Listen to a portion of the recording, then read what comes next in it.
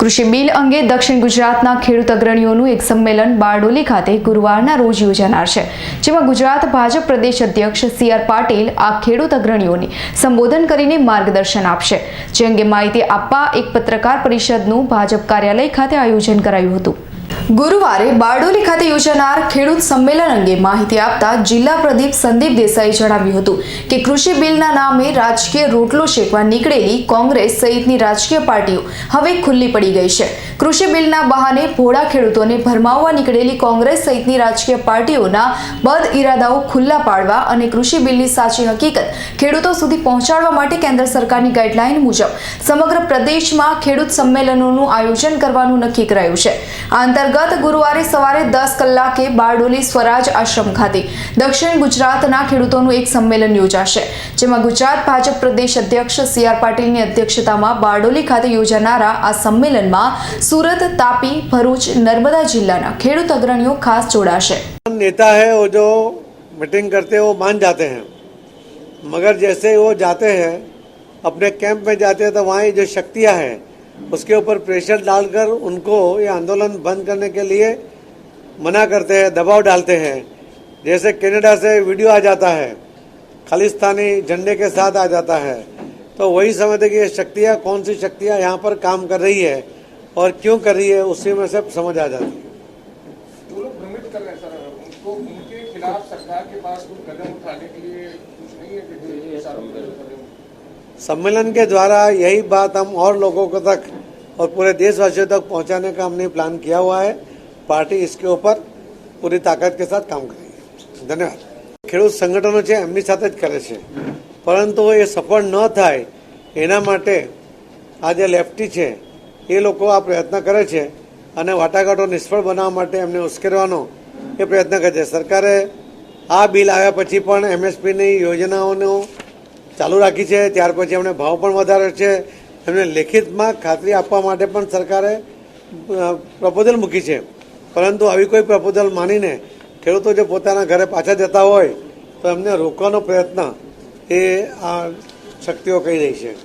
પાટીલ સાહેબ, એક બાજુ પર આપ સંમેલનો દ્વારા આ ફાર્મ બિલ બાબતે લોકોને સમજાવો છો, ખેડૂતોને શું ફાયદા છે એ સમજાવો છો, એની સામે આજના છાપાઓમાં એવું પણ લખાયેલું છે કે ભાઈ કિસાન આંદોલન સમિતિ છે એ 5 લાખ પેમ્પલેટો દ્વારા લોકોને એવું સમજાવવા માંગે છે કે આનાથી શું ડિસએડવાન્ટેજીસ છે।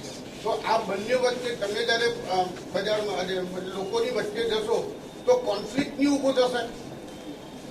જો કોંગ્રેસને એ પેપર ટાઈગર રહી જાય છે અને નિવેદનો કરો, અમે જ્યારે એમ કહેતા હોઈએ કે આખા દેશમાં 700 જેટલા સંમેલનો થશે તો એ થશે।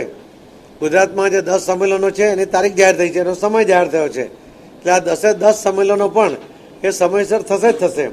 પરંતુ 5 લાખ પેમ્પલેટ વેચીશું, કોણ છાપશે, ક્યારે છાપશે, કેવી રીતે વેચશે, એની કોઈ યોજના કોંગ્રેસ તમને કહી શકશે નહીં।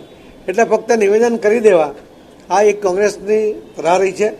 આ બિલોમાં આજ દિન સુધી એ પ્રેસ કહીને જણાવે કે આ મુદ્દા ઉપર ખેડૂતોને નુકસાન થાય છે એવું ખુલીને આવીને હિંમતથી કહેવાની આ કોંગ્રેસની તાકાત નથી। એટલા માટે ખેડૂતોના નામે મોદી સાહેબની સ્થિર સરકાર, કામ કરતી સરકાર, એને ડિસ્ટર્બ કરવા માટેનો એમનો આ આડકતરો પ્રયત્ન છે। લોકોને ખાવા માટે આપવામાં આવતું હતું, પરંતુ આજે આપણે આપણા દેશમાં ઉત્પન્ન થયેલો શુદ્ધ કહી શકાય એ પ્રકારનો અનાજ એ આપણને પૂરતા પ્રમાણમાં ઉપલબ્ધ કરવામાં ખેડૂતોનો પણ ખૂબ મહત્ત્વનો ફાળો રહ્યો છે। અને સરકારે જે આ પ્રોડક્શન વધાર્યા પછી એમનો ભાવ ટકી રહે એના માટે એમએસપીની પણ યોજના આપી છે। સરકારે જે કોંગ્રેસ એમએસપીની વાત કરતી હતી, માંગણી કરતી હતી, એ કોંગ્રેસે પોતાના સમયમાં ક્યારેય એમએસપી લાગુ કરી નહીં। સ્વામિનાથનના રિપોર્ટની અંદર જે ભાવ એમએસપીમાં નક્કી કરવાની ફોર્મ્યુલા આપી હતી મોદી સાહેબે, તો એના કરતાં પણ આગળ જઈને જો ખેડૂતોને 1000 રૂપિયાનો ખર્ચો થાય તો એના 50% એટલે 500 રૂપિયા એને પ્રોફિટ થવો જોઈએ, એ પ્રકારની ગણતરી કરીને ભાવ બાંધવા માટેની એક સાયન્ટિફિક પદ્ધતિ એમાં અપનાવવામાં આવી છે। આ સ્વામિનાથનના રિપોર્ટમાં પણ આ પ્રકારની વ્યવસ્થા નથી। જે ખેડૂતોના કોઈપણ પ્રકારની આર્થિક મદદ કોંગ્રેસના સમયમાં મળતી નહોતી। મોદી સાહેબે લગભગ 9500 કરોડથી વધુ રકમ દરેક ખેડૂતના એકાઉન્ટમાં 6000 રૂપિયા દર વર્ષે જમા કરવાનો 2,000 રૂપિયા દર 4 મહિને, એ રીતે કુલ 6,000 રૂપિયા જે જમા કરાવ્યા છે એના માટે નાનો મોટો ખેડૂત પોતાનું બિયારણ લઈ શકે છે, એનું ખાતર લઈ શકે છે, એના દ્વારા વધુ ઉત્પાદન કરી શકે છે અને નફો મેળવી શકે છે। એ જ રીતે જે ખેડૂતોને વીમાની યોજનાને કારણે, વીમા યોજના હતી એ લોન વીમા યોજના જ કોંગ્રેસના સમયમાં હતી કે ખેડૂતોએ જે લોન લીધી હોય એ લોન ડૂબી ન જાય એટલા માટે વીમાની પોલિસી આવતી હતી। જો વીમો પાકે તો લીધેલી લોનના પૈસા એ સીધા બેંકમાં જમા થઈ જાય, ખેડૂતને કશું મળતું નહોતું, એના હાથમાં કશું આવતું નહોતું, એને પોતાનું વર્ષ પસાર કરવા માટે વ્યાજે પૈસા લેવા પડતા હતા, તો જમીન પણ વેચવી પડતી હતી। તમે આ વર્ષે જોયું હશે કે આદરણીય નરેન્દ્ર મોદી સાહેબે ગુજરાતની અંદર એક પ્રયોગ કર્યો। લગભગ દરેક ખેડૂતોને અતિવૃષ્ટિ, અનાવૃષ્ટિ જે કારણે જે નુકસાન થાય છે એ નુકસાન ન થાય એના માટેની એક ફોર્મ્યુલા બનાવી, કોઈએ અરજી કરવાની જરૂર નહીં। दिल्ली में कई दिनों से एक किसान आंदोलन चल रहा है। एक किसान आंदोलन के अंदर किसान कम है, पॉलिटिकल पार्टी के लोग ज़्यादा इसके अंदर सक्रिय हैं। बहुमती से चुनी गई सरकार ने बहुमत के साथ लोकसभा में और राज्यसभा में पारित किया गया किसानों के हित के बिल को माध्यम बनाते हुए किसानों को भ्रमित करने की कोशिश करके इस देश को अस्थिर करने की कोशिश ये कांग्रेस, आप पार्टी, लेफ्ट और उसके साथ जुड़ी हुई सभी पार्टियां ये कोशिश कर रही है। किसानों के हित के लिए इस बिल के अंदर बहुत से प्रावधान किए गए हैं। किसान अपनी उपज इस देश में जहां उसको ज़्यादा भाव मिले वहां पर वो बेच सकता है। किसान ने बेचे हुए माल का पैसा उसको 3 दिन में मिल जाए, उसके अंदर व्यवस्था है।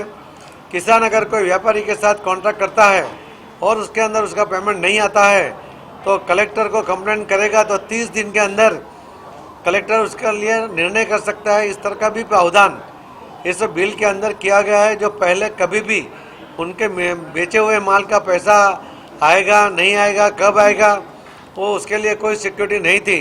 इसके अंदर उसको सिक्योर्ड किया गया है।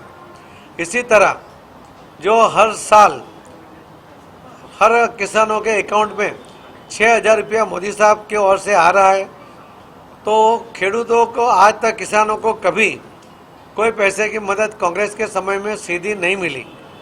एफसीआई की जो कांग्रेस के समय में जो भी पेमेंट किसानों को होता था वो एजेंटों के द्वारा होता था, यानी एजेंट को पैसा दिए बिना उनको अपना पेमेंट नहीं मिलता था। ये प्रथा भी इस बिल के द्वारा बंद की गई है। अभी एफसीआई सीधा पैसा ये किसानों के अकाउंट में ही डालती है। उसकी वजह से जिन लोगों की दुकान बंद हो गई है वो इस आंदोलन के पीछे ताकत लगा के बैठे हुए हैं। जो कांग्रेस अपने समय में उसने एमएसपी नहीं दी, स्वामीनाथन का रिपोर्ट लागू करना चाहिए ऐसे तत्कालीन प्रधानमंत्री मनमोहन सिंह जी ने लोकसभा में भी कहा था। वो प्रधानमंत्री में से जाने के बाद भी उन्होंने राज्यसभा में यही बात को दोहराई थी। ये सभी बातें इस बिल के अंदर आमेज की गई है। किसानों के हित के लिए स्वामीनाथन बिल में जो व्यवस्था थी कि उनको जो लागत है वो लागत मिलनी चाहिए।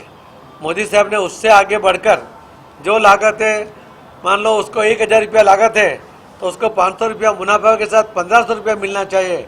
इस तरह की व्यवस्था की गई है। ऐसे अनेक प्रकार के व्यवस्था इस बिल के अंदर किसानों के लिए हुई है।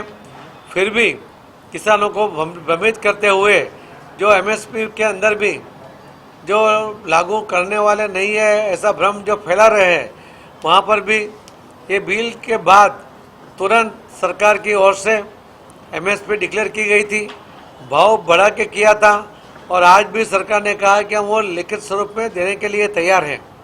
जो किसान नेता है वो तो इस बात को मानने के लिए तैयार है। हमारे जो पार्टियां, बाकी लोग जो शक्तियां हैं वो उनको आंदोलन बंद करने के लिए इजाज़त नहीं देती। वो चाहते हैं कि आंदोलन चलता रहे, सरकार बदनाम होती रहे। और इसीलिए भारतीय जनता पार्टी ने पूरे देश में 700 सम्मेलन और गुजरात में 10 सम्मेलन करके किसानों को मिलकर किसानों तक पहुंच के उनको सही बात समझाने की कोशिश करने वाले हैं। और मैं ऐसा मानता हूँ कि अभी तक 2 ही राज्य के अंदर ये आंदोलन चल रहा है। सबसे ज़्यादा किसानों की उपज है वो उत्तर प्रदेश और मध्य प्रदेश में है। अगर उनको नुकसान होता तो सबसे पहले वो किसान भी आंदोलन करते, मगर उसमें से कोई भी किसान इस आंदोलन में जुड़ा नहीं है। यही बताता है कि ये कई पॉलिटिकल पार्टियों के दिमाग की उपज है। वही चाहते हैं कि देश के किसानों के नाम पर ये आंदोलन चले और उनका उल्लू सीधा हो, मगर उसमें सफल होने वाले नहीं है। ये मैं आपके माध्यम से कहना चाहता हूँ। सर, इतने सारे फायदे हैं किसान बिल में, फिर ये जो किसान है, किसान नेता मानने को तैयार क्यों नहीं कि सरकार लगातार बात कर रही है उनसे, तो मान क्यों नहीं रहे? किसान नेता है वो जो मीटिंग करते हैं वो मान जाते हैं, मगर जैसे वो जाते हैं अपने कैंप में जाते हैं तो वहाँ जो शक्तियाँ हैं उसके ऊपर प्रेशर डालकर उनको ये आंदोलन बंद करने के लिए मना करते हैं, दबाव डालते हैं। जैसे कनाडा से वीडियो आ जाता है, खालिस्तानी झंडे के साथ आ जाता है, तो वही समझते कि ये शक्तियाँ कौन सी शक्तियाँ यहाँ पर काम कर रही है और क्यों कर रही है, उसी में सब समझ आ जाती है। जो लोग भ्रमित कर रहे हैं सर, तो उनके खिलाफ सरकार के पास कोई कदम उठाने के लिए कुछ नहीं है कि जो किसान आंदोलन कर रहे हैं? सम्मेलन के द्वारा यही बात हम और लोगों को तक और पूरे देशवासियों तक पहुंचाने का हमने प्लान किया हुआ है। पार्टी इसके ऊपर पूरी ताकत के साथ काम करेगी। હાલ દિલ્હી બોર્ડર પર ખેડૂતો કૃષિ બિલના વિરોધમાં આંદોલન કરી રહ્યા છે, ત્યારે હવે ભાજપ કૃષિ બિલના ફાયદાઓ અંગે માર્ગદર્શન આપવાનું શરૂ કરાયું છે, જેમાં સમગ્ર રાજ્યમાં ખેડૂતોને ભાજપ દ્વારા સંમેલન યોજી માર્ગદર્શન અપાશે। Bureau report, Surat.